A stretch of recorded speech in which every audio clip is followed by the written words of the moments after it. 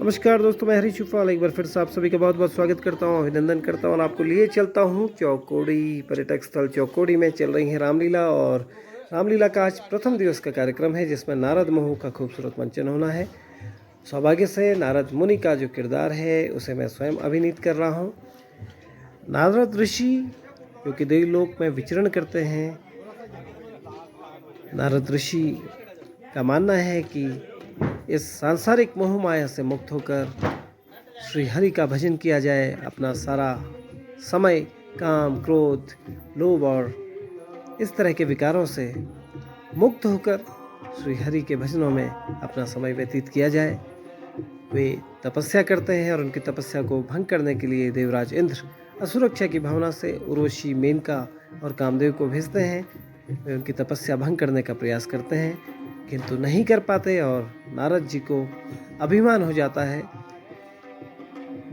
और वे भगवान शंकर, विष्णु आदि के पास स्वयं अपना यशगान करने पहुंच जाते हैं और उनके घमंड को चूर करने के लिए श्री विष्णु विश्व मोहिनी के रूप में एक सुंदरी को भेजते हैं और उनका घमंड चूर करते हैं।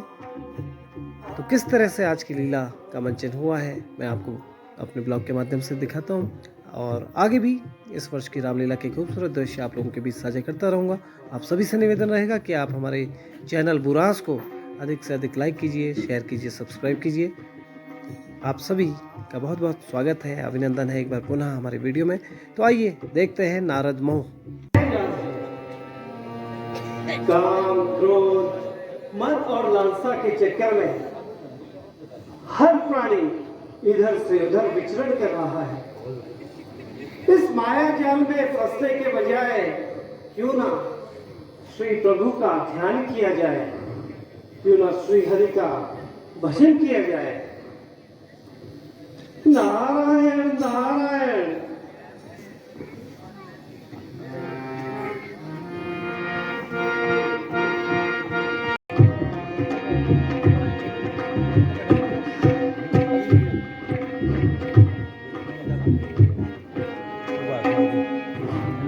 नारद जी यहाँ पर तपस्या करते हुए और इंद्रासन गिरता हुआ। जय हो मंत्री जी, न जाने आज हमारा मन क्यों उदास है।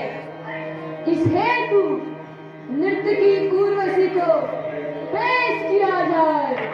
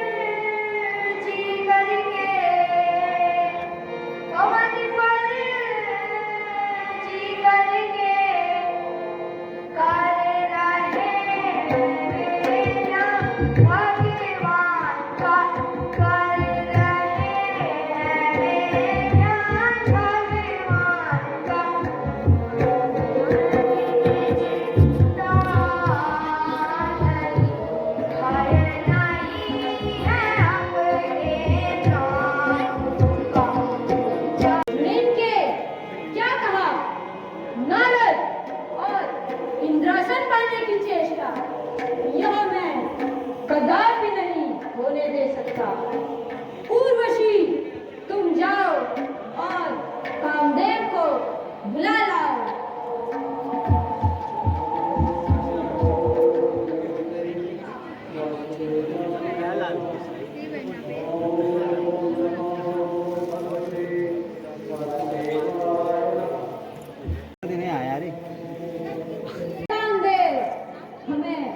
विदित हुआ है कि नारद इंद्रासन पाने की चेष्टा कर रहे हैं, इसलिए हे कामदेव, तुम उर्वशी के साथ जाकर उनकी तपस्या भंग करो।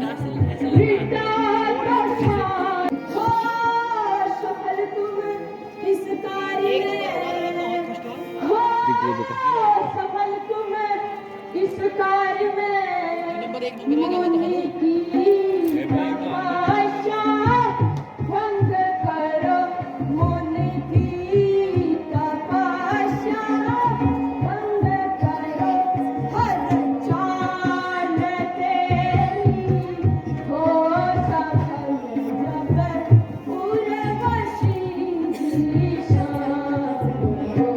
हर चाल तेरी हो सफल जब उर्वशी दिशा।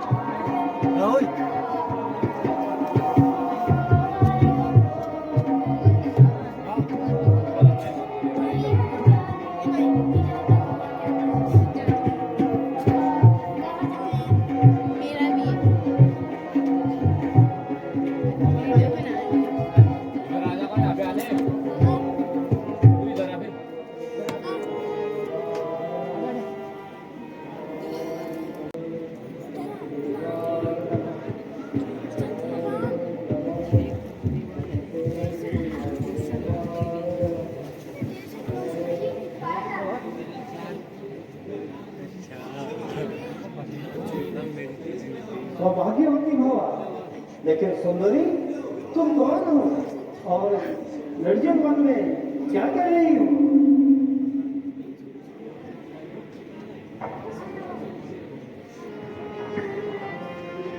क्या तुम नहीं जानती? ये तपस्या भूमि है, यहाँ पर लोग तपस्या करने आते हैं। यहाँ तपस्या भूमि है, यहाँ तपस्या भूमि है, जिसमें तपस्वी तप करे, जिसमें तपस्वी तप करे, किसी और की सामर्थ्य नहीं, जो भी कह सके, किसी और की सामर्थ्य नहीं, जो कष्ट को भी सह सके। बोली अप्सरा, चली जाओ, मेरी तपस्या में विघ्न न करो।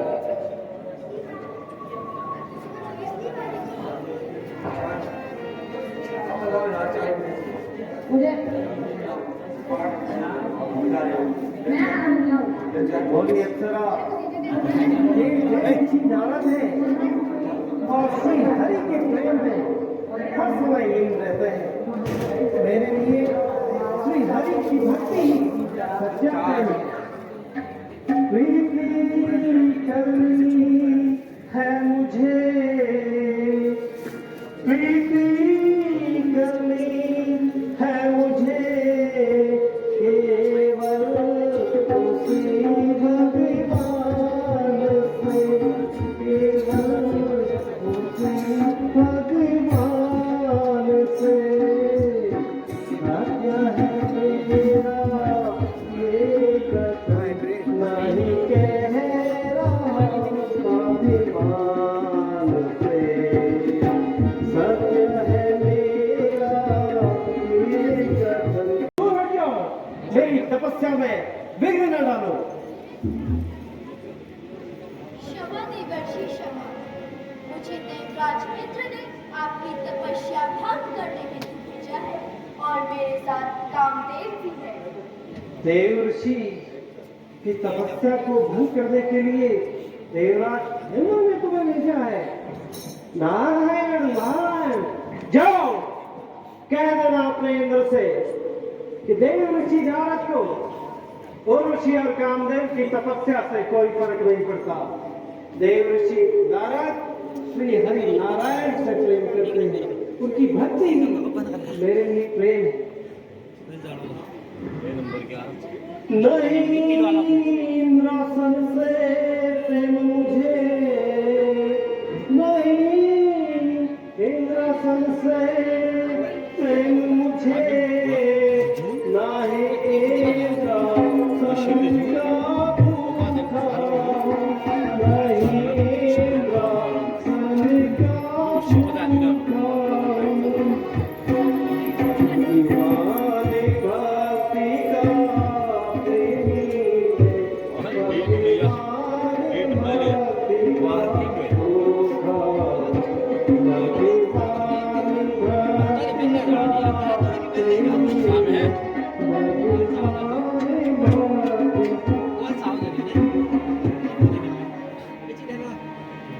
इसलिए हे सुंदरी, तुम चली जाओ, वरना मैं तुम्हें श्राप दे दूंगा।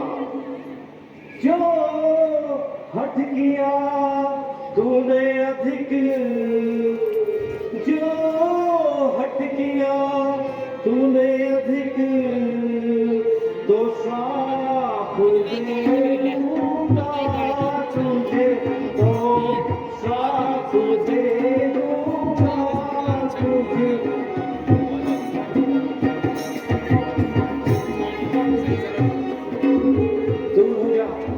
दूर हो जा पापन। कन्या की हस्तरेखाएं बड़ी अद्भुत हैं, मैं स्पष्ट रूप से देख रहा हूँ। आपकी ये कन्या परम सौभाग्यवती है। इस संसार में जिस व्यक्ति का विवाह आपकी सुंदर कन्या से होगा, वो परम सौभाग्यशाली होगा। वह तीनों लोगों का स्वामी होगा।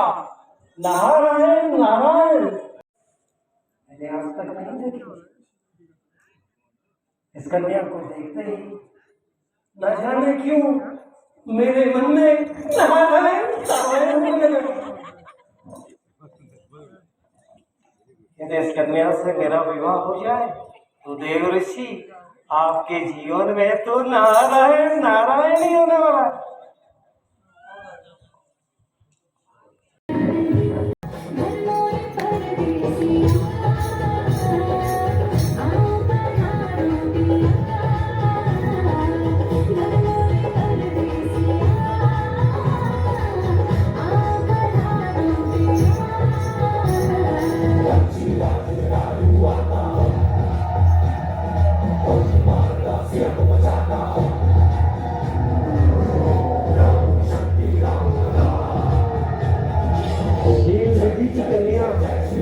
कितनी सुंदर है, उसका नृत्य तो नारायण नारायण।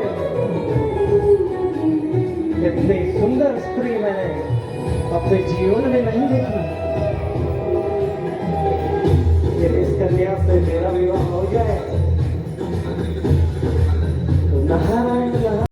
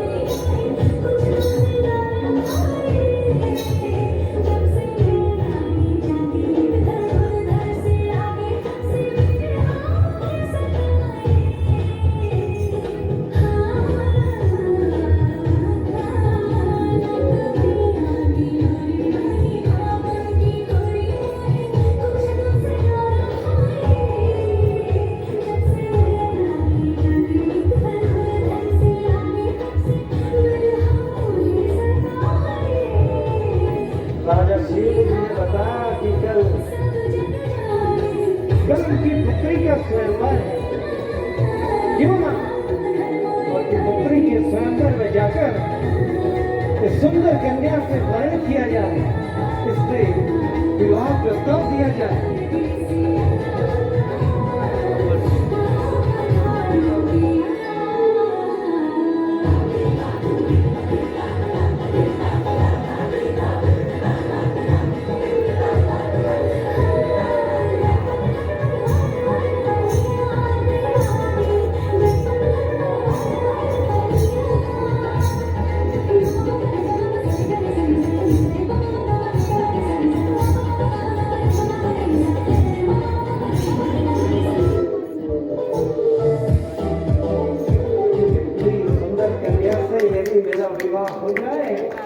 तो हे भगवान नारायण नारायण।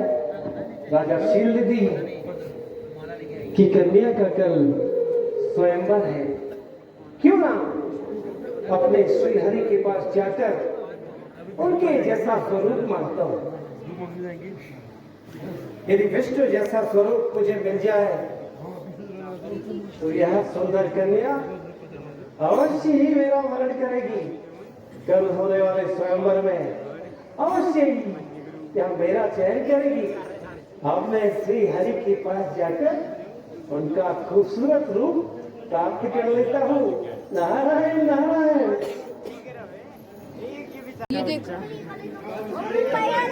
श्री हरि ने मेरे निवेदन को स्वीकार किया।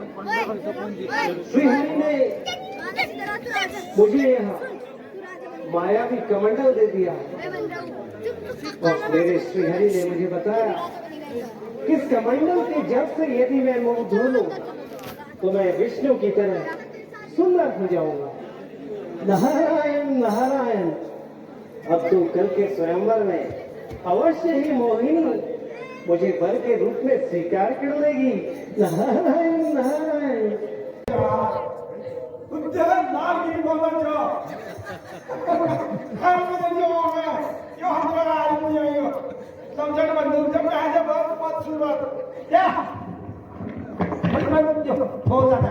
आप इंतजार कीजिए,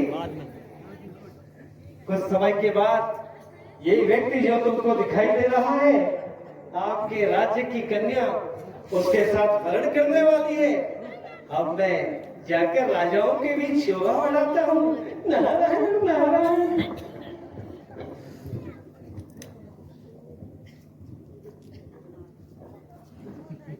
मेरा मन आ रहा है मोई की माधुरी आ रहा है।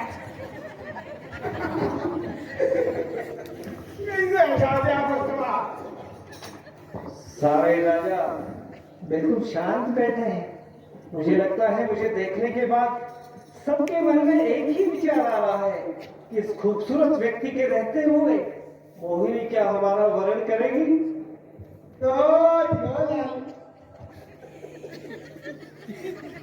बेचारा, इसे नहीं मालूम कि इसके राज्य की राजकुमारी कुछ ही पलों के बाद मेरे साथ नारायण नारायण।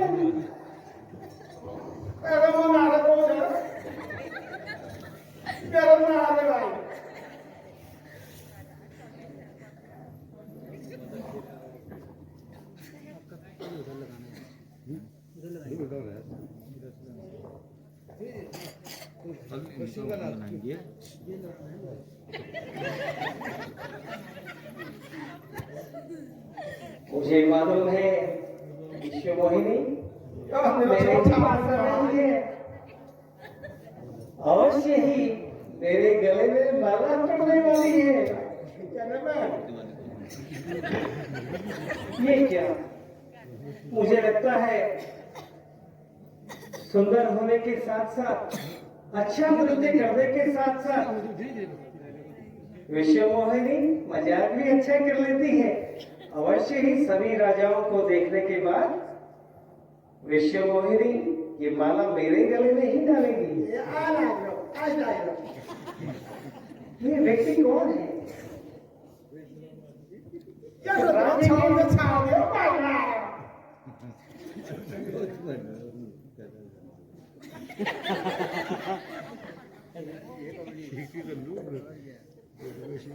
लगता है अब तेरी ही मेरी आने वाली है। आओ विश्व सुंदरी। मेरा ये तो फिर से चली गई। अंदर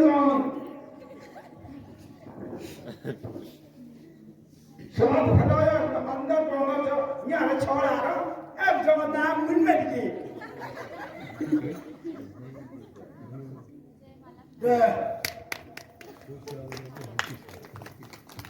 क्या क्या विष्णु मोहिनी ने विष्णु तुम मुझे मर्यादा पुरुषोत्तम श्री रामचंद्र भगवान की ये यहाँ पर नारायण देखते ही रह गए और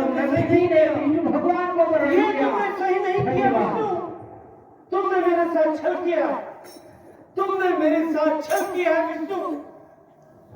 तुम कपटी हो विष्णु। तुमने देव ऋषि नारद का उपहास उड़ाया। देव ऋषि नारद दिन रात श्री हरि नारायण नारायण जपते जपते नहीं थका, किंतु आपने नारद का उपहास उड़ाया। तुम कपटी हो विष्णु। समुद्र मंथन के समय भी तुमने अपने लिए अमृत और लक्ष्मी को रखा। भोले शंकर भोलेनाथ को तुमने विष और राक्षसों को तुमने मदिरा दी। ये सब आपकी माया थी विष्णु। तुमने हमेशा छल किया है। तुमने अपने मायावी रूप का हमेशा दुरुपयोग किया है। इसलिए विष्णु आज मैं देव ऋषि नारद तुम्हें श्राप देता हूं। मैं देव ऋषि नारद विष्णु को श्राप देता हूं कि जिस प्रकार विष्णु मोहिनी के लिए आज मैं उसके वियोग में तड़प रहा हूं, बिल्कुल उसी तरह एक दिन तुम अपनी पत्नी के लिए वन भटकोगे। देखना, अगले जन्म में अपनी पत्नी के लिए तुम वन भटकोगे विष्णु। और मुझ पे हंसने वाला ये शिवगण, मैं तुझे भी श्राप देता हूं। अगले जन्म में तू राक्षस बनेगा। और विष्णु एक बात ध्यान से सुन लो, अगले जन्म में जब तुम अपनी पत्नी के वियोग में वन भटक रहे होंगे तो यही देव ऋषि नारद इसी स्वरूप में, बंदर के स्वरूप में आपका सहयोगी बनेगा। मेरे इस बंदर रूप को देखकर इस सभा में मेरा उपहास उड़ा, किंतु यही वानर अगले जन्म में तुम सभी का भाग्योदय करेगा।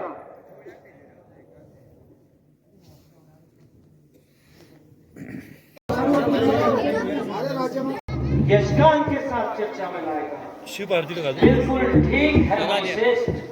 हे मुनिनाथ, आपकी कृपा से मुझे किसी बात की कोई भी चिंता नहीं। आप कहो तो स्वर्ग को उठाकर पृथ्वी पे पटक दूं, कैलाश पर्वत और को शिव पार्वती सहित लंका ले आऊं। मुझे मानो ही लंकेश, ये कार्य आपके लिए कठिन नहीं है। आप कैलाश पर्वत जाइए और कैलाश पर्वत को लेकर लंका आइए। जी मुनिश्रेष्ठ, यही सबसे सही रहेगा। मैं अब कैलाश पर्वत को अपनी लंका में लेके आता हूँ।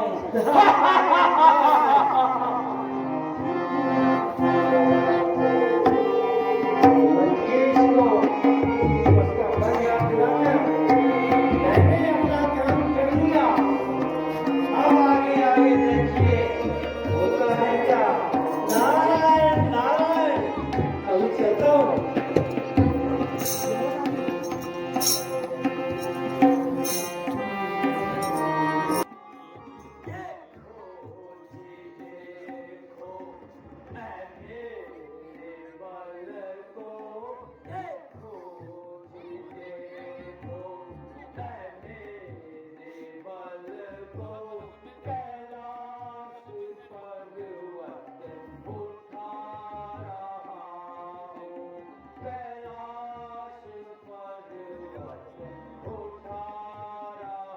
तो दोस्तों, इस प्रकार आपने देखा कि नारद जी, जिनको अपनी तपस्या का घमंड हो जाता है, किस प्रकार से विष्णु लीला रचते हैं, विष्णु मोहिनी को भेजते हैं और उनका घमंड चूर करते हैं। विष्णु मोहिनी को न पाकर नारद जी बहुत क्रोधित हो जाते हैं और वे विष्णु को श्राप देते हैं कि अगले जन्म में वे प्रभु श्री राम के रूप में जन्म लेंगे और अपनी पत्नी के वियोग में वन भटकेंगे और सारे के सारे जो शिवगण हैं वे राक्षस रूप में रहेंगे। इसके बाद वे रावण से मिलते हैं और रावण को उसके तप और बल का ज्ञान कराते हैं और रावण को एक तरह से वो भड़काते हैं, प्रेरित करते हैं कि वो कैलाश पर्वत को लंका में उठा लाए। इससे रावण के यशगान में वृद्धि होगी और यहीं से रावण के भीतर अहंकार का भाव आता है, जो रामायण की पूरी कहानी का आधार होता है। और इसी अहम के कारण रावण अगले जन्म में प्रभु श्री राम के द्वारा मारा जाता है। स्वामी मूल नारायण आदर्श रामलीला चौकुड़ी का प्रथम दिवस का आज का कार्यक्रम नारद मोह का कार्यक्रम था, जिसमें नारद के रूप में स्वयं मैंने अभिनय किया। मेरे अलावा विष्णु के रूप में मनीष कोरंगा, कामदेव के रूप में तनिष्क कार्की, इंद्रदेव के रूप में विवेक तिवारी, विश्व मोहिनी के रूप में कुमारी रिया, शील निधि के रूप में मनोज मेहरा जी और अन्य कलाकारों ने प्रतिभा किया। शिव जी के रूप में स्वयं शंकर जोशी जी का अभिनय बहुत खूबसूरत था। और रावण लंकेश के रूप में इस बार की रामलीला में हम देख सकेंगे मोहित मेहरा जी का बहुत खूबसूरत अभिनय। देखो जी देखो ए मेरे बल को कैलाश पर्वत उठा रहा हूँ। आप देख रहे हैं कि रावण जो कि एक तपस्वी था, विद्वान था, जो शिव की भक्ति में लीन रहता था, उसके भीतर अहंकार आ जाता है और यही अहंकार उसकी मृत्यु का कारण बनता है। तो दोस्तों, कैसा लगा हमारा आज का वीडियो अवश्य बताइए। आप सभी से निवेदन है कि हमारे चैनल को लाइक कीजिए, शेयर कीजिए, सब्सक्राइब कीजिए। आप सभी का बहुत बहुत धन्यवाद।